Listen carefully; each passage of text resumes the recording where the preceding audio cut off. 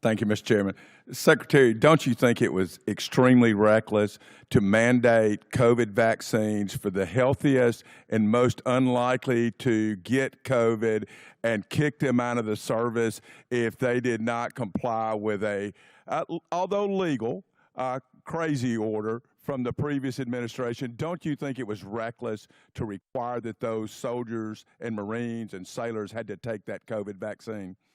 Congressman, thank you for the question. Not only do I think it was reckless, but we point out the nature of the emergency and lack of actual data on it. We think it may not have been legal. And as a result, we're working very hard to ensure that any service member who was pushed out is brought back in. If they were forcibly pushed out with back pay and rank and everything that comes with it, those soldiers and troops of conscience who had to make that choice, we think are the best troops in our force. Listen, I'm grateful that we have two great National Guardsmen sitting at that table today. As a longtime serving Guardsman who just retired, I'm so proud of y'all and what you mean for our total force. It's not a National Guard, it's not a reserve, it's not an Army, it's not a Navy. It is a total force, and thank y'all for recognizing that. I just want to go back to some of the Iran stuff.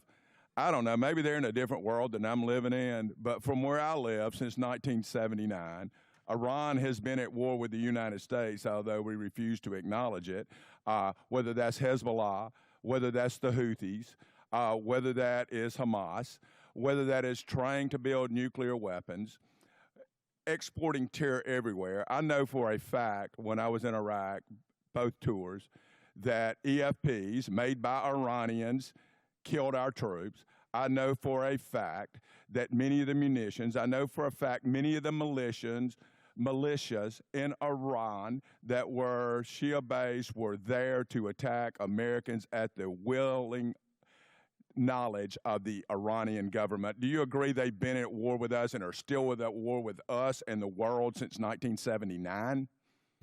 Of course. For 47 years, from Beirut to Baghdad, Iran has sought the most dangerous weapons in the world to try to achieve death to America. And if they were to get the most dangerous weapon in the world, a nuclear weapon, they would most certainly use it, which is why this is at the level of seriousness that President Trump was willing to address it. And that's what I think so many in this body misrepresent. North Korea is the lesson.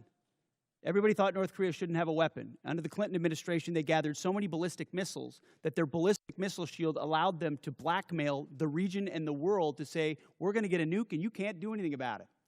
Under this administration, them weakened by the 12-day war and what happened with Midnight Hammer, the President made a bold choice on behalf of the American people to say never will Iran, with their view of death to America and death to Israel, have a nuclear weapon, because if they have it, they'll use it. And he's taken that bold action in a way I think the American people, when they understand the nature of that threat, and they do, they support it. Chairman Caine, wow, I've been around a long time.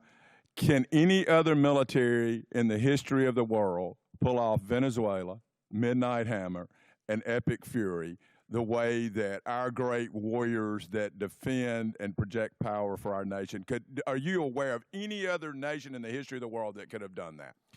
I'm not sure, and I remain very proud of the Joint Force. I'll also say that we're a learning organization, and we're going to continue to look at the things that go right in any operations that we're tasked to do, and we're going to get better every day. So we do not want to sit on the successes and assume future successes. We owe it to the nation and to the citizens to constantly improve no matter how well something goes. So I'm incredibly proud of the Joint Force. That said, I'm even more proud when they come back after that. They go into a team room and they start debriefing to make sure that we do it better next time, whatever it may be. And my final point, I just want to talk about what a stroke of genius it was, greater than I would have thought, to blockade the ports of Iran. And that blow economically to their entire economy and to their leadership and everything else, it's going to take a little bit of time to play out.